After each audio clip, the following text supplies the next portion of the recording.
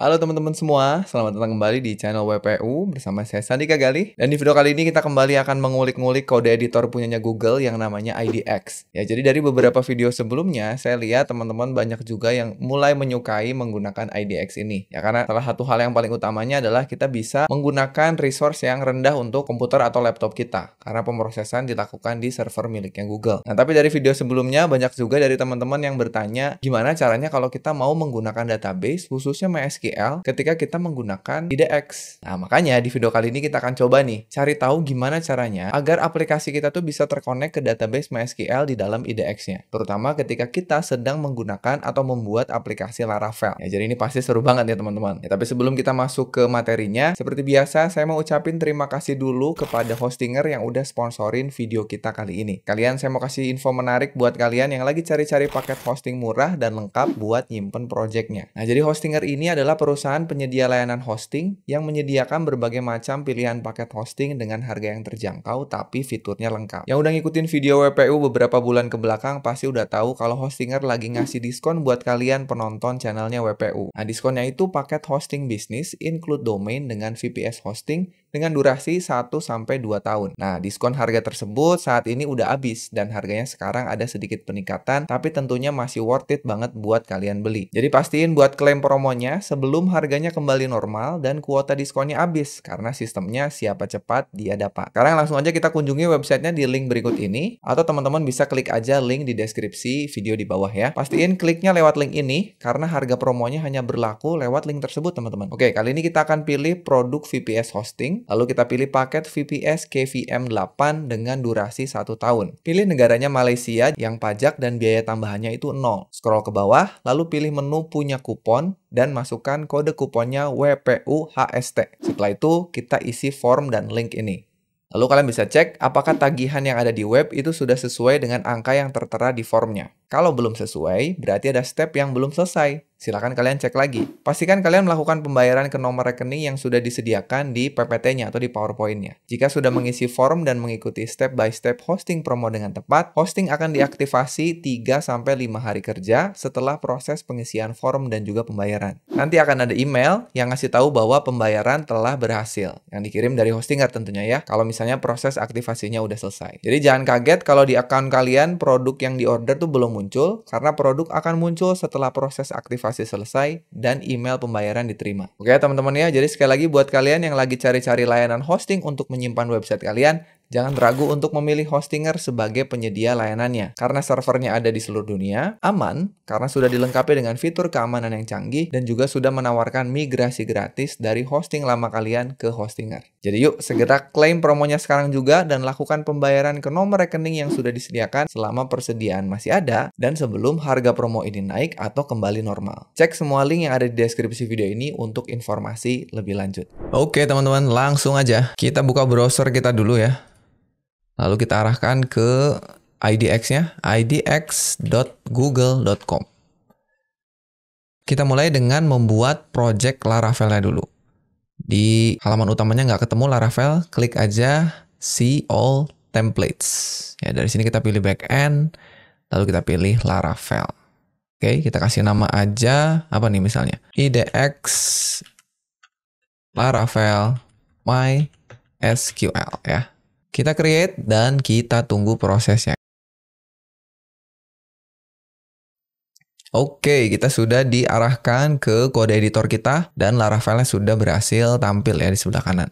Nah, seperti yang teman-teman ketahui, sekarang Laravel 11 itu kan default dari database-nya itu bukan MySQL. Ya, kalau teman-teman klik env-nya ya, .env itu lihat nih, DB connection-nya itu menggunakan SQLite atau SQLite. Nah, ini dia text base. Jadi memang nggak perlu menggunakan database gitu ya.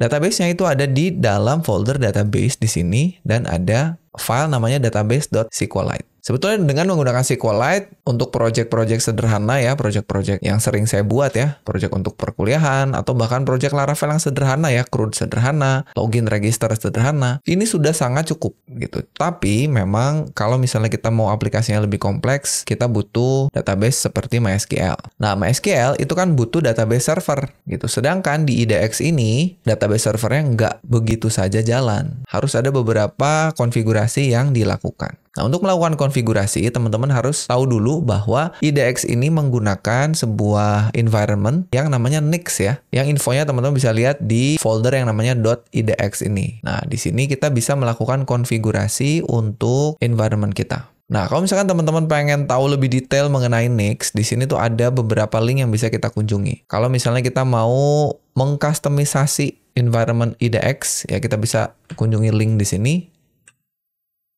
Nah, ini teman-teman bisa baca. Kalau belum tahu atau belum mengenal apa itu Nix, di sini juga ada link ke dokumentasinya ya. Ini bisa dikunjungin aja. Kebetulan saya juga belum begitu mengetahui Nix itu apa ya, tapi nanti kita tinggal konfigurasi aja ya. Nah, ini kalau kita kunjungi malah page not found ya. Tapi kalau kita masuk ke nix.dev-nya aja, nah, bisa dibaca di sini. Ada Nix documentation-nya. Nah, atau penjelasannya ini saya lihat dari blognya IDX itu sendiri ya. Kalian bisa kunjungi di sini. Nanti linknya teman-teman cek aja di deskripsi. Ada di idx.dev/blog/article/nix-on-idx ya. Nah, di sini bisa dibaca nih. IDX menggunakan Nix untuk mendefinisikan konfigurasi environment atau lingkungan pengembangannya untuk setiap workspace. Jadi anggap aja ini satu workspace itu punya satu OS-nya sendiri yang bisa kita konfigurasi masing-masing gitu ya. Nah, nanti silakan dibaca. Kalau mau konfigurasi ada di dev.nix dan seterusnya. Nah, tapi informasi mengenai gimana cara nambahin MySQL-nya saya nemunya tuh di sini. Di nixos.wiki ya. Nah, karena kalau saya search di sini, ya kita tulis MySQL, tuh nggak ketemu di sini. Tapi ada nih, dia unofficial users wiki untuk NixOS. Nanti teman-teman datang aja ke nixos.wiki, terus cari di search-nya MySQL. Nah, ini ada nih di sini. Kalau kita mau jalanin MySQL, tinggal kita aktifkan service-nya. Nah, ini kita simpen di dalam Nix-nya. Jadi teman-teman tinggal copy ini sebenarnya ya, tinggal copy. Terus kita kembali ke sini. Nah, kita simpan aja dimanapun ya. Kita simpan di bawah packages aja di sini. Nah, ini katanya gagal untuk menyimpan konfigurasi yang baru kita lakukan ya. Kita paste dulu deh. Kita paste. Nah, udah tinggal kita klik override. Selesai sebetulnya. Kita sekarang bisa menggunakan MySQL di dalam workspace kita atau di dalam OS kita. Nah, tapi harus kita rebuild dulu. Jadi, di restart lah si servernya atau environment-nya. Kalau kita klik, kita tunggu lagi proses building environment-nya. Nah, sudah ya, udah beres. Ini nggak ada error. Kalau misalkan kita menjalankan sebuah service yang NixOS-nya nggak support, itu karena sebetulnya NixOS-nya pun, kalau kalian baca di dokumentasinya, itu nggak benar-benar 100% bisa berjalan gitu. Karena ini kan ada di dalam environment khusus. Ada beberapa yang service-nya kalau di NixOS biasa jalan, tapi di sini nggak jalan. Tapi untuk ini nggak ada error, jadi aman ya. Nah, sekarang kalau misalkan teman-teman buka terminal, ini kita close dulu misalnya. Kita tutup Explorer-nya, kita buka terminal, new terminal. Nah, sekarang kita bisa ketik MySQL di sini teman-teman. Tuh, jadi kita langsung masuk ke dalam MariaDB Monitor seperti kalau kita gunakan di sistem operasi kita. Ya, tapi ini kita nggak bisa lihat semua. Kalau misalkan teman-teman pengen tahu ada database apa aja, kan bisa diketik show databases gitu. Nggak semua, ini artinya kita harus login menggunakan root ya, username-nya. Ini kita exit dulu. Terus kita bisa ketikkan MySQL -u ya, masukkan username-nya root gitu. Terus -p untuk masukin password, nanti dikasih prompt, enter. Nah, passwordnya defaultnya adalah 0. Jadi kalau kita enter lagi, langsung masuk. Kalau sekarang kita lihat show databases.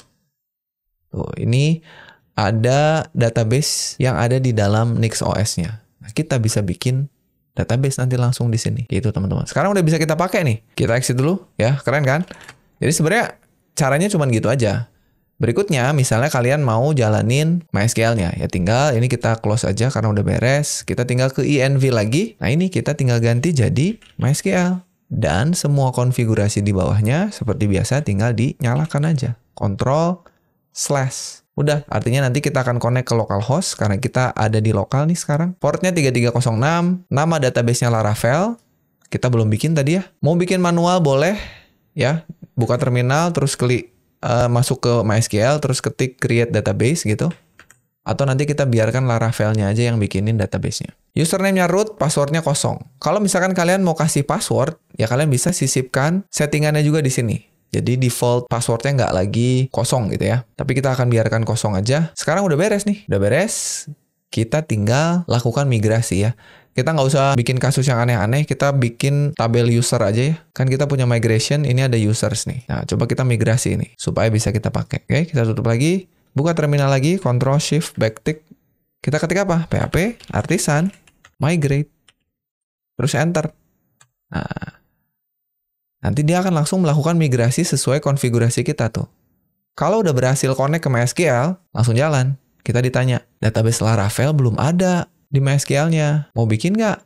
Katanya ya, kita tinggal enter aja kalau mau dibikinin. Yes. Udah deh. Sekarang kita udah connect ke MySQL-nya. Cara ngeceknya gimana? Nah, cara ngeceknya, kita bisa masuk MySQL lagi. Min U, root, min P, enter. Enter. Terus kita lihat ada nggak database. Show databases. Tuh, udah ada. Ya, kalau kita mau masuk, kita use dulu nama database-nya, terus kita lihat isinya. Show tables. Ada tuh users-nya. Kita describe users. Udah ada. Kalau pengen lihat isinya, select bintang from users. Oh, belum ada ya, belum ada, masih kosong. Gimana kalau kita jalanin seedernya? Karena kan harusnya udah ada users nih di seedersnya. Nih, oke, atau kita bikin Sandika deh. Buka seeders teman-teman ya, ke database seeders. Ini tulis saja nama kalian sendiri ya. sandikagali@gmail. Ya, atau apapun lah, bebas ya. Sudah. Atau mau di-generate 10 user, boleh juga ya. Jadi 10 plus Sandika, jadi ada 11. Ini kita nyalakan. Nah, yang passwordnya sama semua, password ya. Kalau kita lihat dari factories, users, tuh passwordnya semuanya password. Udah, tinggal kita jalanin sekali lagi. Buka lagi terminal. Sekarang kita ketik apa? PHP, artisan, migrate, _2 fresh, kita ulang lagi, sambil kita seed. Udah dibikin ulang. Mantap. Sekarang tinggal kita lihat MySQL, min U, root, min P, enter, enter. Kita use Laravel. Udah tinggal kita tutup dulu. Kita tinggal apa tadi? Select bintang from users. Tuh, udah ada 10 user plus Sandika. Mana Sandika? Ini dia. Udah bisa kita pakai. Tapi kalau misalkan Pak ribet ngelihatnya harus pakai command prompt gitu ya. Ada PHP adminnya nggak? Atau ada table plus-nya nggak? Nah, kita bisa install aja extension di dalam IDX-nya. Ya, karena ini kan sama aja dengan VS Code ya. Kita install aja extension yang namanya MySQL. Nih, ada database manager buat MySQL, kita install. Supaya ngelihat database-nya nggak perlu pakai CLI lagi, nggak perlu pakai command prompt. Nah, kalau udah beres, ya tinggal kita close. Sekarang di sebelah kiri tuh ada gambar database sama NoSQL. Kita pilih yang database. Belum connect ke database-nya, ini kita close aja kali ya. Kita create connection. Ini bikin aja nama koneksinya apa gitu ya. Laravel app gitu. Bebas, mau dikosongin juga sebetulnya nggak masalah ya. Kalau dikosongin nanti dia nama hostnya. Dah, nama hostnya localhost, username-nya root, database-nya Laravel. Mau dikosongin juga sebetulnya boleh. Nanti tampil semua database. Ya, kita connect. Klik connect. Kalau berhasil, keluar tuh sebelah kiri. Ya, ini tinggal di-close aja. Kita bisa lihat ada di sini. Udah. Jadi lihatnya nggak perlu pakai terminal lagi ya. Ya, klik misalkan tabelnya users. Ada di sini tuh, enak kan? Jadi ini sudah connect ke database kita. Kalau mau ditampilin ke webnya gimana? Nah, sekarang kita buka. Misalnya kita mau bikin rute baru ya. Kita buka rute. Nah, ini cepet aja. Kita bikin rute baru misalnya ke users gitu ya. Yang kita mau nampilin semua data users. Nah, kan kita sebetulnya bisa mau dump gitu boleh. Kita panggil tabel usersnya. Kita lewat model aja ya. Users atau user kita all gitu. Nah, tapi ini kayaknya usernya belum ke detect ya. Harus kita panggil namespace-nya. Ini kalau diklik kanan, belum bisa diimport. Kita install dulu ya. Kita install sebuah package yang namanya namespace resolver. Supaya kalian nggak bingung. Nah, ini PHP namespace resolver ini di bawah. Nah, ini tinggal diklik aja install. Jadi ekstensi-ekstensi favorit kalian di VS Code, install aja ke sini. Udah, di close. Sekarang kita klik kanan. Nah, ada tuh import class. Pilih yang app model users. Udah. Ini langsung bisa tampil nih kayaknya. Kita ke web/users. Tuh, ada tuh 11 usersnya. Kalau tampilnya nggak mau pakai array. Coba ya, ini kita bikin sebelah-sebelahan aja.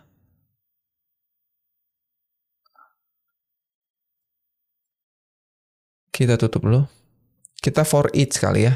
Kita for each. Apa tadi? Model user. Nah, udah dibikinin tuh. Sama si Gemini-nya. User, all as user. Nah, kita pakai aja. Kita echo atau kita dump lah ya biar keren tampilannya. Kita dump $user. Misalnya mau ditampilin apa? Namanya. Langsung keluar namanya ya. Bisa membaca pikiran dia.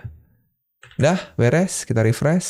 Tuh, tampil semua. Udah ya, selesai teman-teman ya. Kalau mau dikasihin ke teman kalian yang mau lihat websitenya atau mau ditunjukin ke dosen kalian, ke klien kalian. Kan ini nggak bisa dilihatin ya. Nah, kita klik yang ini nih. Ada share, preview, link. Nah, kita klik copy atau manage access. Nah, kalau mau secara private bisa dimasukin user IDX-nya atau kalau kita copy previewnya, kita bisa lihat ini nih. Panjang juga ternyata ya. Tuh, /users. Ini sebenarnya bisa dihapus saja. Udah, ini bisa live URL yang bisa ditunjukin ke orang lain. Mantap banget ya, teman-teman ya. Jadi itu cara kalian connect IDX ke MySQL ternyata nggak terlalu sulit. Nah, mungkin terakhir kalau misalkan kalian mau kerjain ini di lokal. Nah, ini langsung di IDX-nya. Kalau mau ditaruh di lokal, kita simpan dulu ke dalam repository ya. Jadi caranya adalah kalian ke bagian source control sebelah kiri.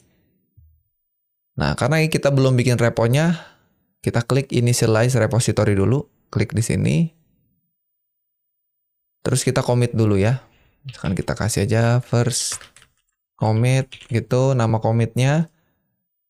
Kita klik commit, terus pilih yes.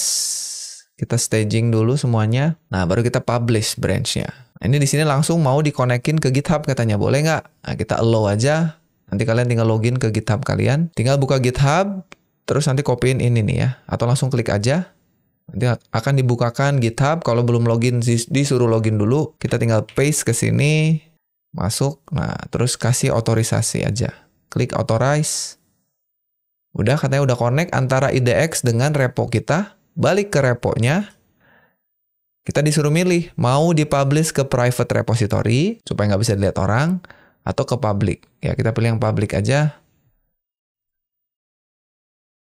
Kita tunggu di-upload. Udah deh, beres. Tinggal dibuka di GitHub. Reponya ada. Nah, sekarang ini udah ada di repo GitHub. Ceritanya kita mau ambil ke komputer kita di lokal. Kita mau ngerjain di komputer kita.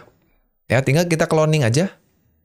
Teman-teman, gampang banget. Klik tombol kode, terus kita tinggal copy aja URL-nya.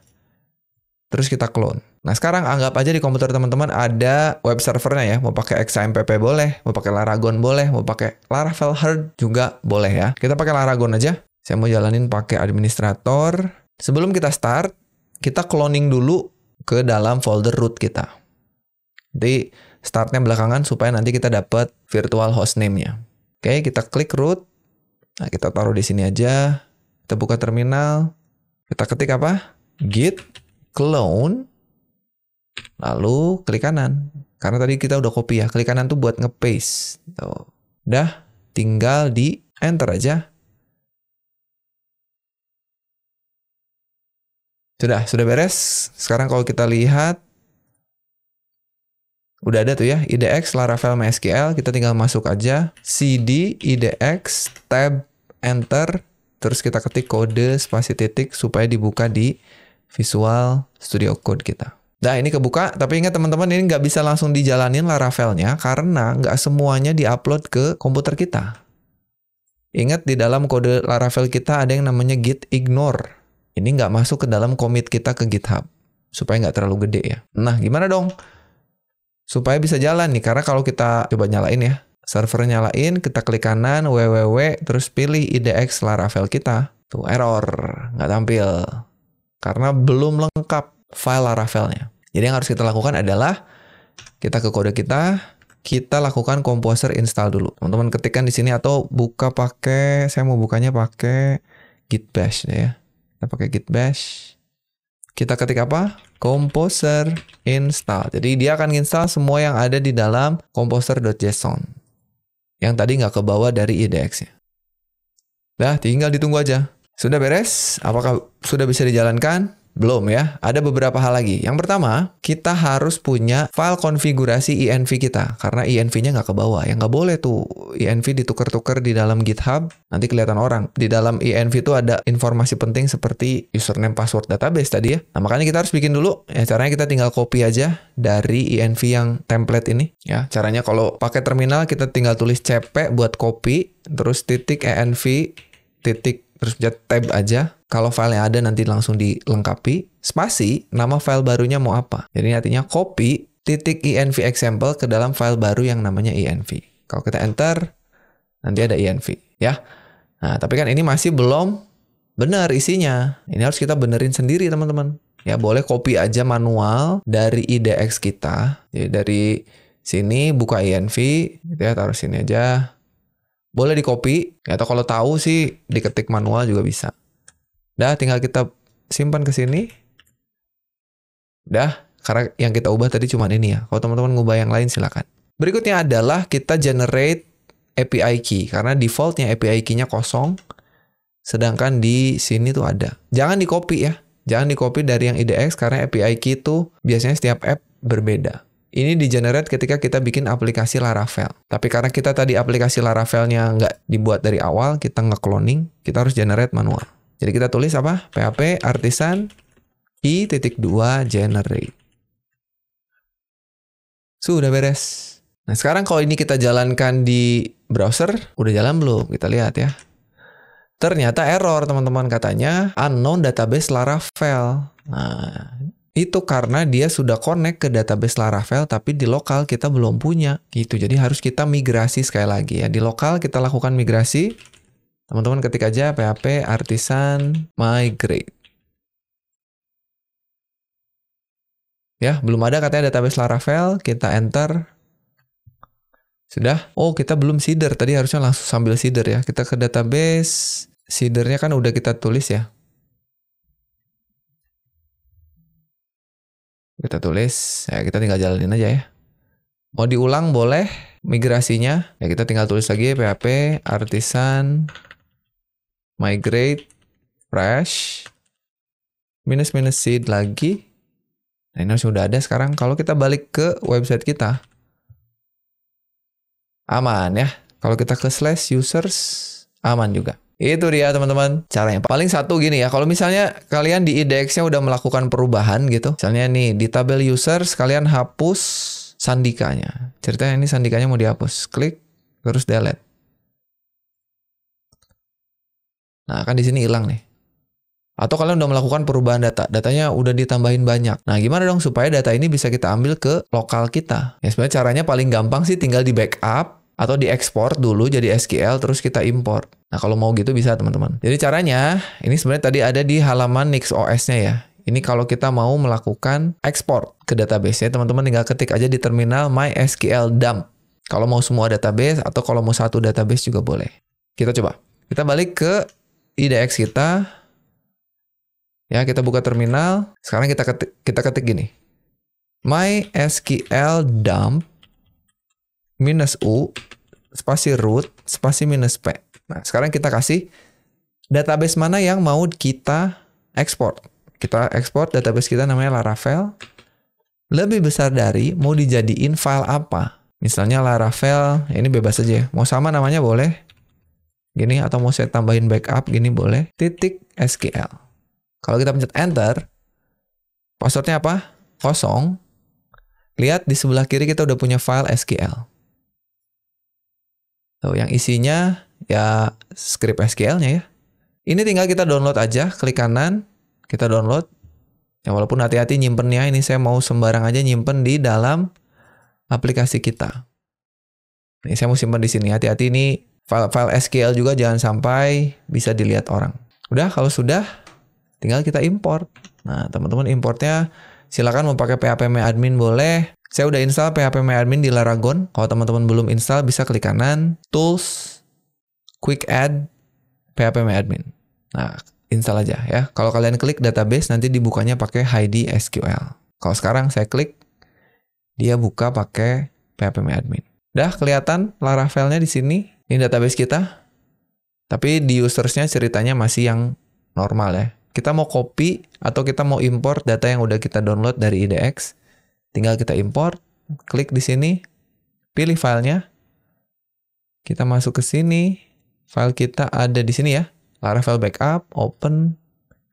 Lalu kita import. Udah selesai. Sekarang kalau kita buka, ceritanya udah tuh ya. Sandikannya udah hilang. Mantap, itu dia teman-teman. Cara kita bekerja dengan MySQL di dalam project IDX kita. Baik teman-teman, jadi itu dia cara menggunakan MySQL di dalam project IDX kita. Ternyata nggak terlalu sulit juga ya. Jadi silakan teman-teman boleh terapkan ke projectnya masing-masing. Dan jangan lupa juga pamerin projectnya ke teman-teman yang lain ya. Boleh kalian kirimkan aja projectnya ke saya dengan cara tag ke sosial media saya. Atau kalian bisa kirimkan juga di project showcase mingguan yang ada di Discord-nya WPU. Ya, dan kalau misalkan kalian punya tips and tricks seputar penggunaan IDX, atau kalian mau tanya lagi mengenai cara pakai IDX yang lain, silakan kirimkan juga di kolom komentar di bawah. Ya, sekali gitu aja. Terima kasih teman-teman sudah menyaksikan videonya. Kita akan ketemu lagi di video berikutnya. Saya Sandi Gagali pamit, dan seperti biasa, jangan lupa titik koma.